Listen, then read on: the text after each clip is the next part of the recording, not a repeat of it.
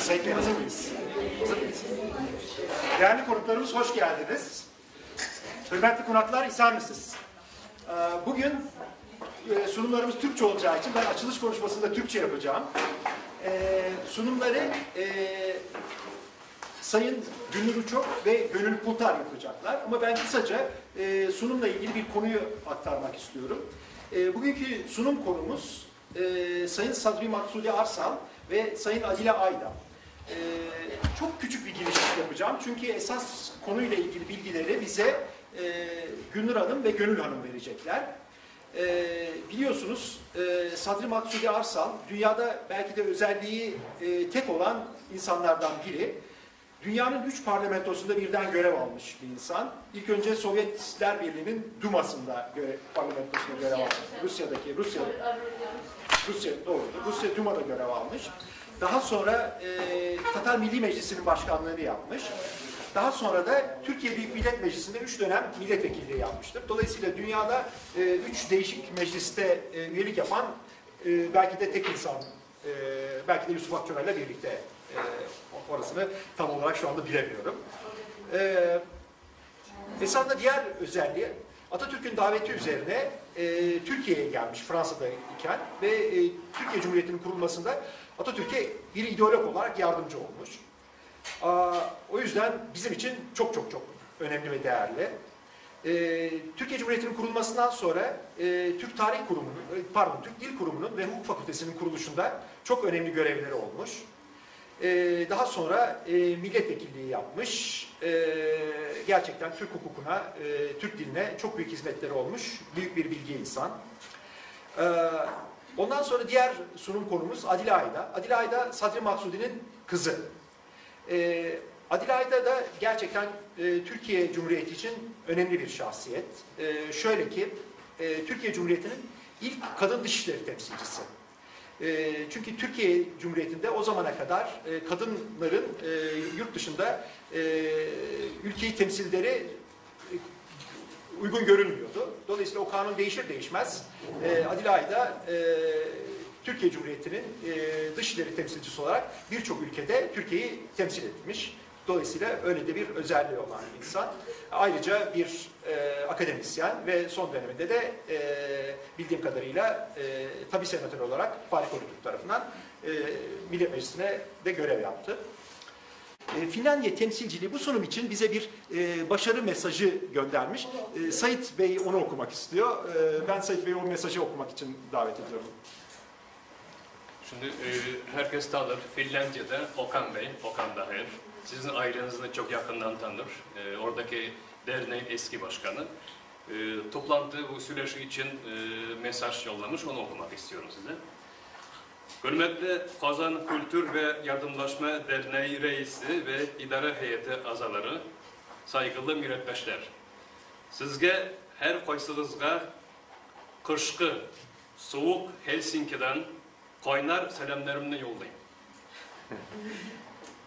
Yine aktif hem tanılgan cemiyetimiz tarafından Sadri Maksudi Arsal ve Adile Ayda hakkındaki siyaşı oturuşuna Ankara'ya çağırganınız için zor rahmetlerimni okuyayım. Bik şatlandım. Sadri Maksudi ve Adile Ayda Finlandiya'da da tanılgan meşhur Tatar şahısları. Onlar direkte bizden ailege yakın tanış idiler. Aralaşıp yaşadılar. Babayım İmam Cemalettin ve eniyim Halide Daher bilen yaş çağdan başlap dost idiler. Sadri Maksudi Finlandiya'da 3 mertebe geldi. 1918, 1922 hem 32. yıllarda. Şulay yok, Adile Ayda da Finlandiya'da oldu. Kız vakitinde 1922 yılda ve sonlu mertebe 1966 yılda. Adile Hanım bilen Helsinki'de, Ankara'da ve İstanbul'da uçuşlarımını yaxşı hatırlayın. Biz hazırki 3. buğun nesil bu ilimtelerine devam edip gideriz. Doktor Gönül Kultar'a ve Gönül Uçak'a köp selamlarımda gündüren. Onlar Sadri Maksudi'ni ve enlilerin Adile Hanım'ını yüz iske alalar. Onlarda hizmetleri için ihlas köngülden rahmetlerimni okuyayım. Sadri Maksudi ve Adile Ayda Türkiye Cumhuriyeti'ne köp kıymetli hizmetler kıldılar. Bütün Tatar milleti de onlar bilen gururlanar. Kazan'da İstanbul Parkı'nda Sadri Maksudi'nin heykeli de koyuldu. O zor tarihi olay vakıga idi. Sadri Maksudi Arsal'ın ve Adile Ayda'nın matur hatiresi aramızda her zaman saklanacak. Bugün sizler şu oturuşunuz faydalı olsun, oңuşlu olsun. Cemiyetinizge, kıymetli işlerinizge devamlı oңuşlar dilep kalan. Saygılarımla Okan Daher. Helsinki. 1967 yılında Robert Kolej yüksek kısmını karşılaştırma ve edebiyat bölümünden mezun oldu ve Ordu Teknik Üniversitesi yüksek lisans ve doktora çalışmalarını tamamladı. 1982-90 arası ODTÜ'de ders verdi. 1992 senesinden itibaren Belki Bilkent Üniversitesi İngiliz Dili ve Edebiyatı bölümünde öğretim üyesi olarak görev yaptı ve bu bölümden emekli oldu. Journal of American Studies of Turkey dergisinin kurucu yayın yönetmenidir. Türk-Amerikan Etütleri Derneği Başkan Yardımcılığını yapmıştır. Halen Kültür Araştırmaları Derneği'nin kurucu başkanıdır. Dünya Tatarlar Birliği Başkanı onursal unvanını taşımaktadır. Gönül Kurtlar'ın akademisyenlik yanında edebiyatçılığından bahsetmiştim. Çok sayıda incelemesi, romanı, öyküleri ve denemeleri bulunmaktadır. Belli başlarını söyleyeceğim. Dünya Bir Atlı Karınca, Ellerimden Su İçenler isimli 2 tane romanı vardır. Ayrıca 2001'de Amerika'da yayınlanmış Deda and the Swan isimli bir hikayesi, öyküsü var. Ayrıca çok sayıda denemesi var. Bu denemeler içerisinde İslam ve modernite, Türk bilim adamlarına bakış açısından, 21. yüzyılda İdil Ural, ondan sonra Kimlikler Lütfen, Türkiye Cumhuriyeti'nde kültürel kimlik arayışı ve temsili, Ağır Gökyüzünde Kanat Çırpmak, Sovyet sonrası Türk Cumhuriyeti'nde kültürel kimlik arayışı ve müzakeresi, 21. yüzyılda Türkiye'de iç ve dış göçün kültürel boyutları, onun dışında şu anda basımı sürmekte olan 2 tane daha yayın var. Bir tanesi İngiltere'de yayınlanacak olan Louis Mazzari ve Belma Ö ile, sayıları bilemiyorum. Ö Basket ile bile, pardon. Yayınacak Amerikan konunduk Immigrants and Expatriates Between Politics and Culture, bu baskıdaymış, İngiltere'de yayınlanacak. Bir de 2019'da Emine Hanım'la beraber yayınlayacağı bir yayını var. Rüzgar değil, yaprağı kımıldatan, Türkiye'de çevrenin kültürel boyutlarına yeni bakışlar. Bu da Amerika'da yayınlanacak. Yok pardon, Türkiye'de Ankara'da yayınlanacak. Gönül Kurtları'nın ayrıca 2 tane ödülü var. 1966 senesinde Boğaziçi Üniversitesi Sinema Kulübü tarafından düzenlenen senaryo yarışmasında Bağ Bozumu adlı senaryosuyla birincilik ödülü almış Gönül Hanım. Artı 1970 yılında Fransa Hachette Lerus Edebiyat Ödülünü bir arkadaşa mektup aldı. Fransızca denemesiyle kazanmış. Çok teşekkür ediyoruz. Buyurun. Ben çok teşekkür ederim. Bizleri böyle davet ettiğiniz için. Size 2 kardeş olarak bir ufak armağanımız var. Dedemin son zamanlarda yayınlanan 3 kitabından birer birer. Esasında milliyet duygusunu sosyolojik esasları demin bahsedilmişti. Bu gerçekten bir başyapıt. Gerçekten öyle. Öbürü Türk dili için işte Gülnur'un bahsettiği, bu da sözü ettiği armağan. Çok güzel, çok teşekkür ediyoruz. Bu arasında bu kadar belgeler bir tane özellikle Kazan Tatarlarını ilgilendirecek 21. yüzyılda İbn Ural diye bir dergide. Bir de şimdi sözünü edeceğim annemin bir kitabı, Gülnur'u edildiler. Çok sağ olun. Çok teşekkür ediyoruz. Çok teşekkür sağ olun.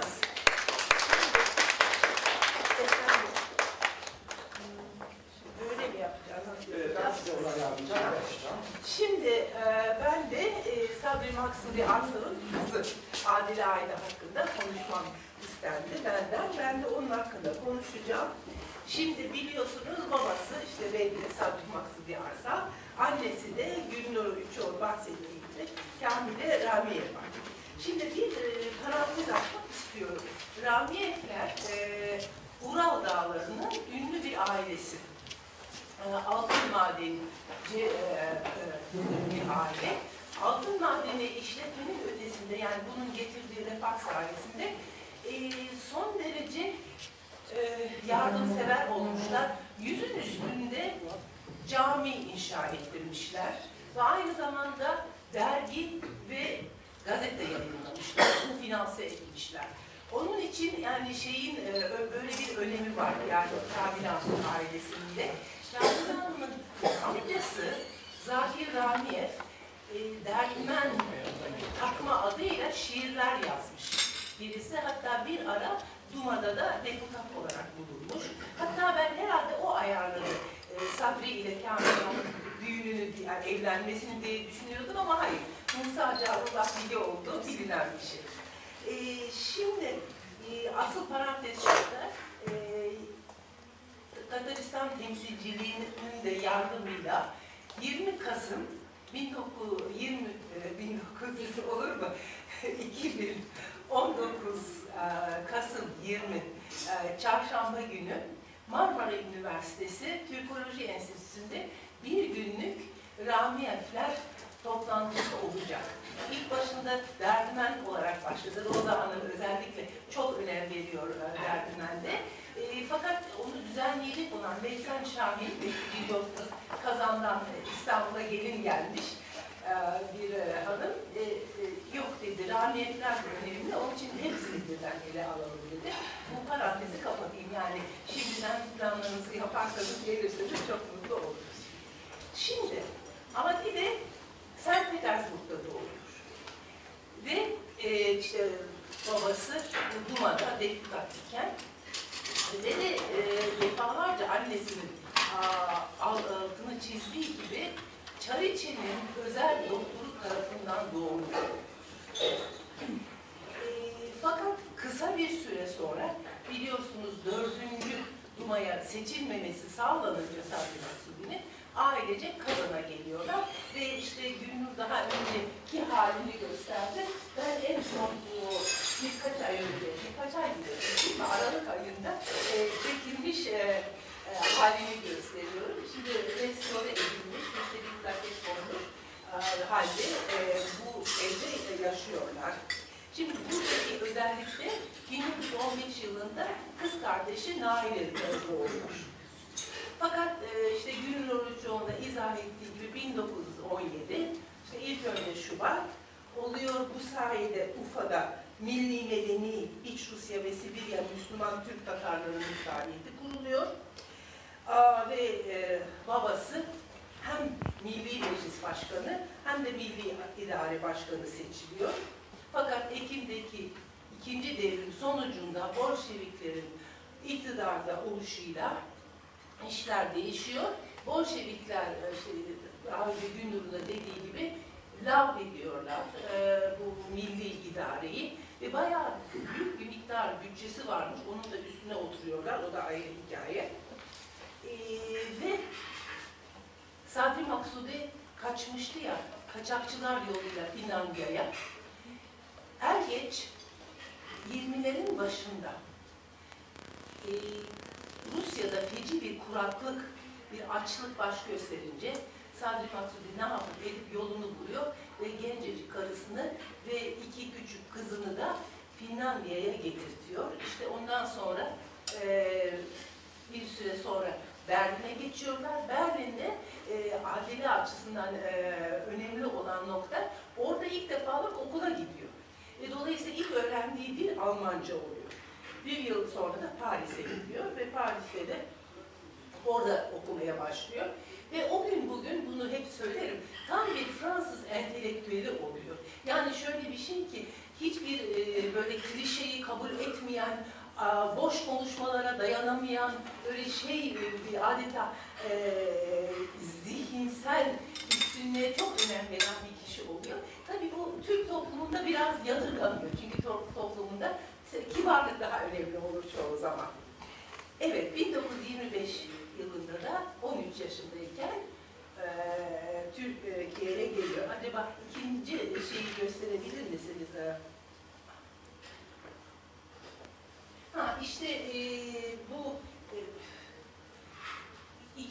kardeşin hali burada.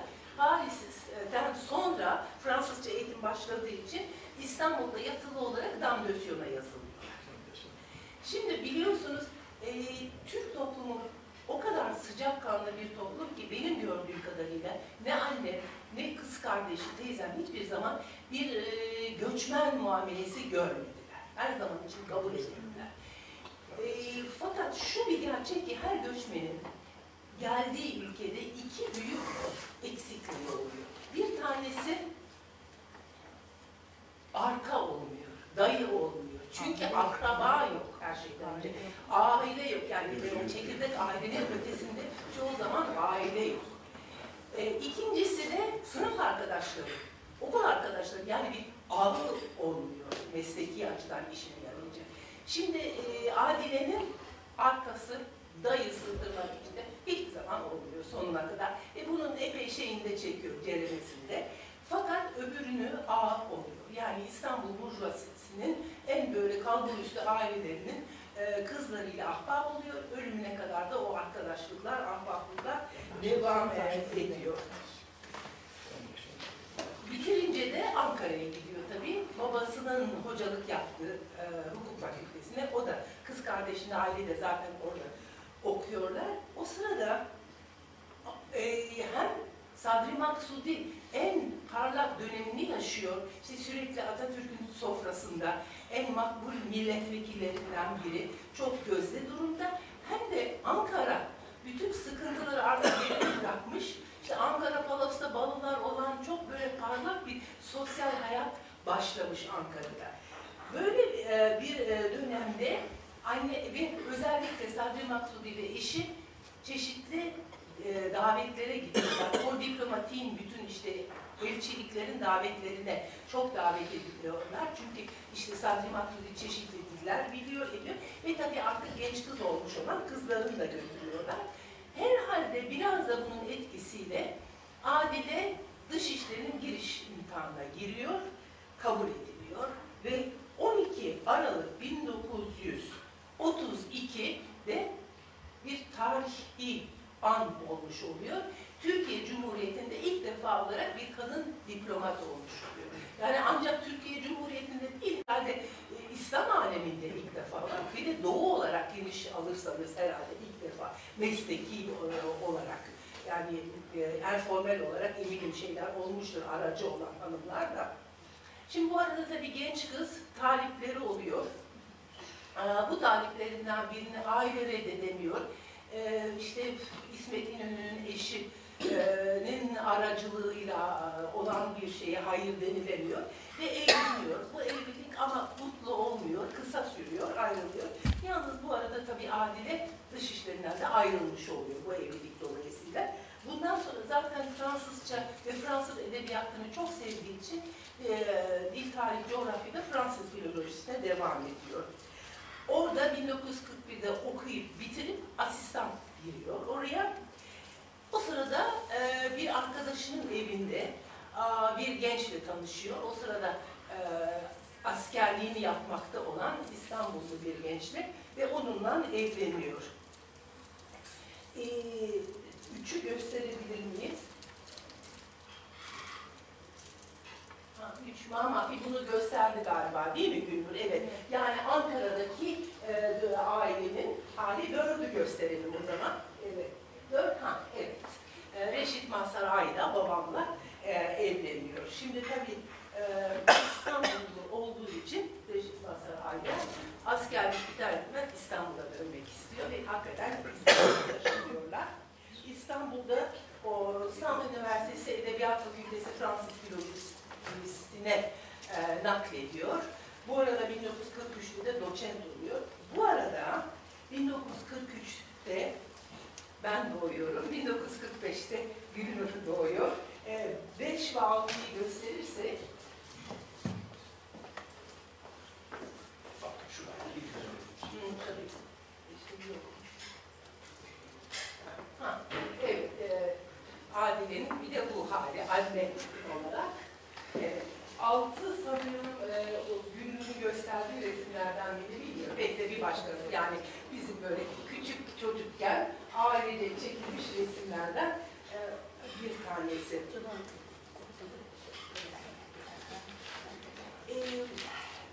Hocalığı yanı sıra bir de Cumhuriyet'te yazılar yazıyor. Edebiyat konularında, sanat olaylarıyla ilgili olarak daha o zamanda. Nitekim ölümünden sonra 1998 yılında Türkiye İş Bankası Yayınları Bir Demet Edebiyat diye bir seçki yayınladı o makalelerden.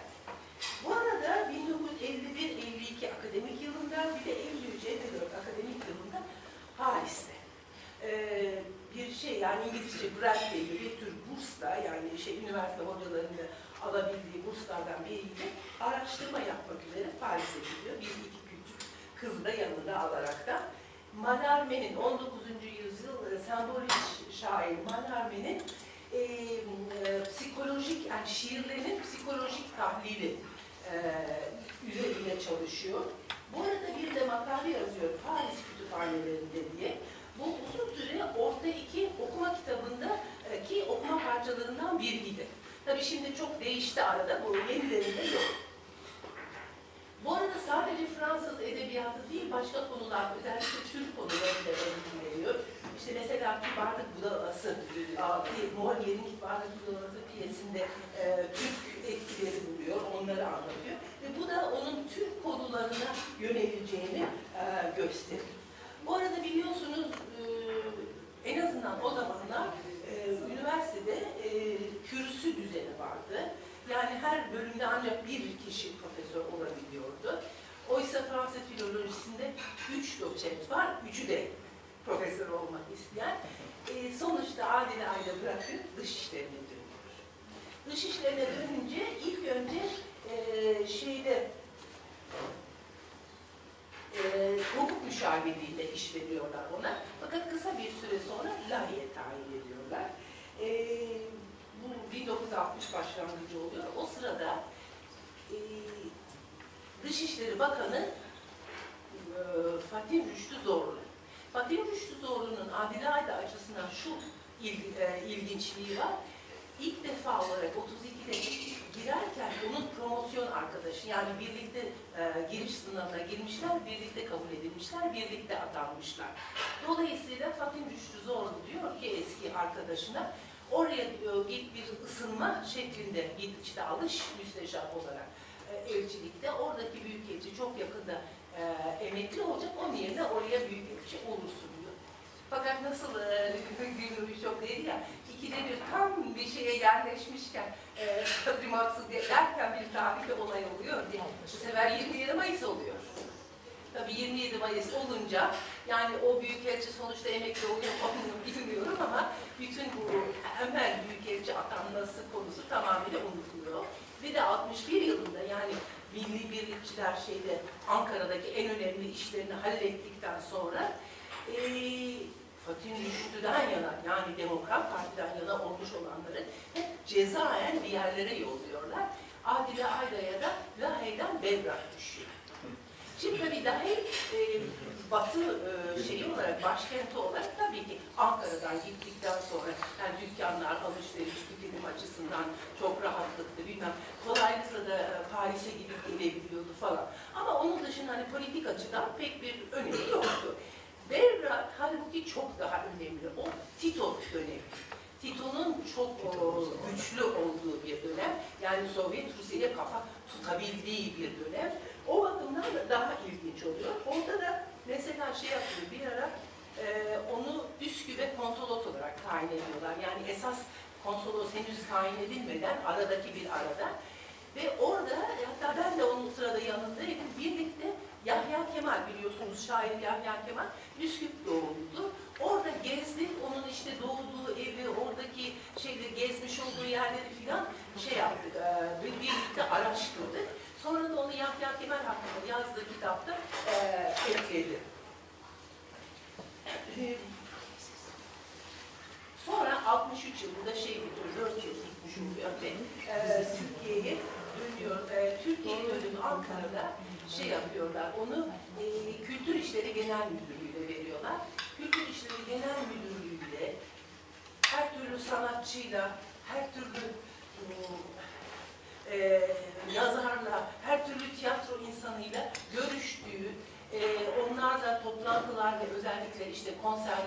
düzenlediği veya Batı'ya da değişik ülkelere de çok sık davet edildi, gitti. Çok yani onun en üretken, en çalışkan, en enerjik olduğu dönem. Bundan sonraki iki taneyi gösterirsek yani Adile Ayda'nın erişkin olarak bu bir resmi mesela. Bir de bir resim daha var ondan sonra bu. Bu özellikle hani klasik resmi olarak aldığımız bir resimdir. Yani o sıralarda son derece üretken. O kadar ki İtalyanlar ona bir liyakat nişanı veriyorlar. İşte o sıralarda bu şeyde. Derken yine dışarıya çıkma zamanı gelince Roma'ya tayin oluyor. Roma'ya elçi müsteşar olarak tayin ediliyor. Ve orada aslında ilk onun anlatmasıyla ilk Atatürk ilgileniyordu diyor. Etrüsklerin Türk olma konusuyla. Sadri Maksudi de ilgilenmişti diyor.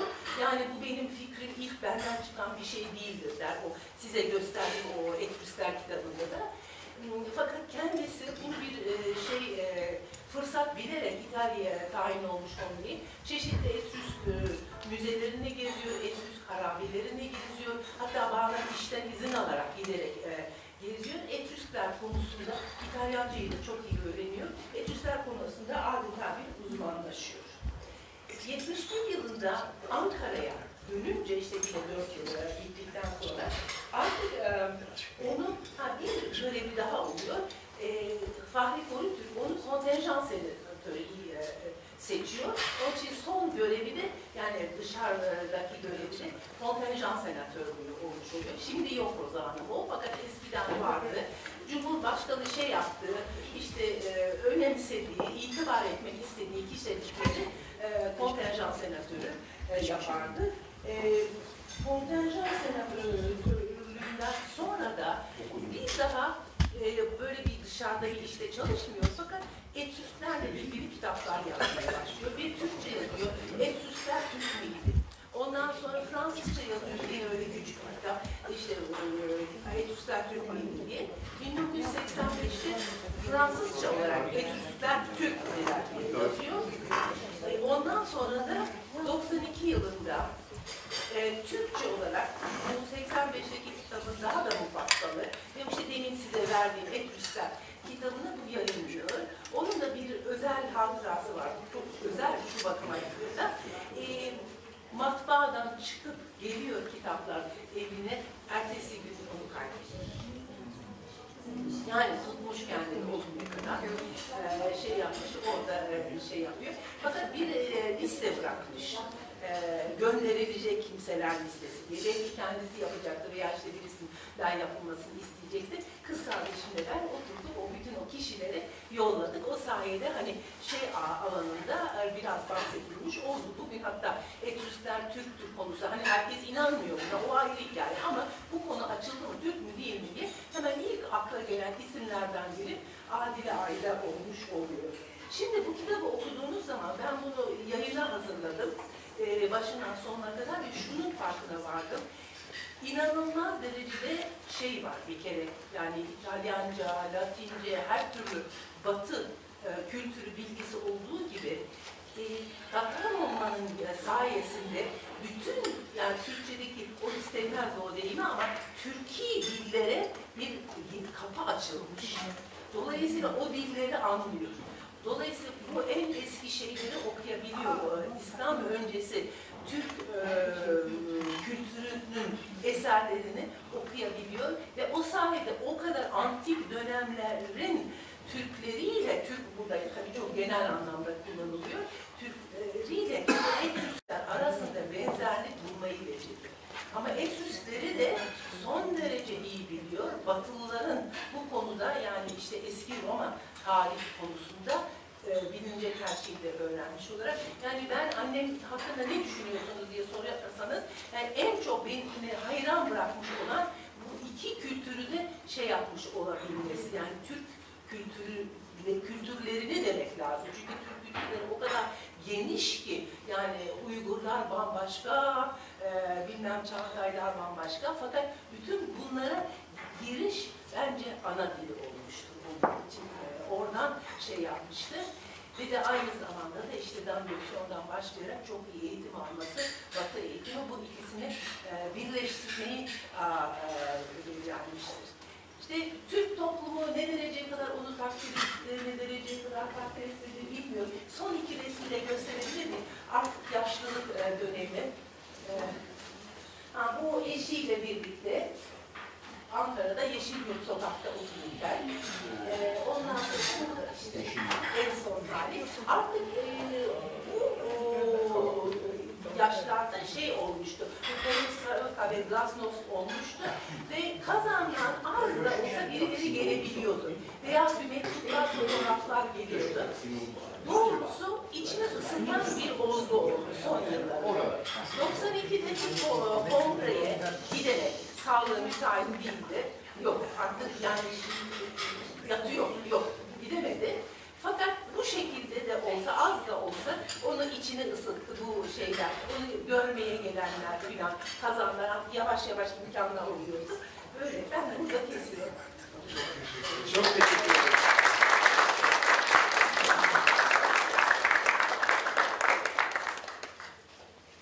Efendim çok güzel iki tane sunuş izledik. Gerçekten hakikaten Türkiye'de yaşamış Tatarlar konusunda önderlik etmiş, hakikaten bize yol göstermiş olan, kültürümüze çok şey katmış olan ve Türkiye Cumhuriyeti'ne de çok şey katmış olan iki insan hakkında çok güzel sunum izledik. Sizlere çok teşekkür ediyoruz. Buraya kadar yoruldunuz. Gerçekten bizleri çok onurlandırdınız. Tekrar teşekkürler. Umarım ileride tekrar hep beraber birlikte başka sunumlar da yaparız.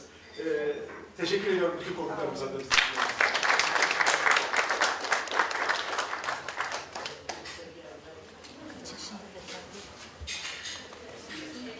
Pardon, gönüllü yapılan o, tabii o zaman kültürel anlamda yapılan çalışmalar, şimdi tabii teknolojik DNA'lar konusu gündeme geldi. O DNA'larla yapılan çalışmalarda bir şey bulundu mu? Şöyle bir şey var.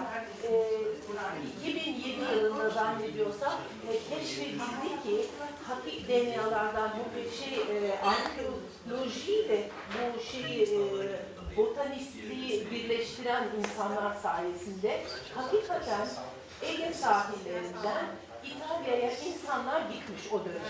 Zaten Herodot da demiş bunu. Söylemiş. Ama mesele ne? Oradan gidenler İyonyalılar Türk miydi? Yoksa Helen miydi? O bilmiyor. Mesele o. Yoksa Türkiye bugünkü Türkiye toprağı olan topraklardan gidildiği muhakkak. Onu bilemiyoruz işte. Çok teşekkür ediyoruz tekrar. Sağ olun.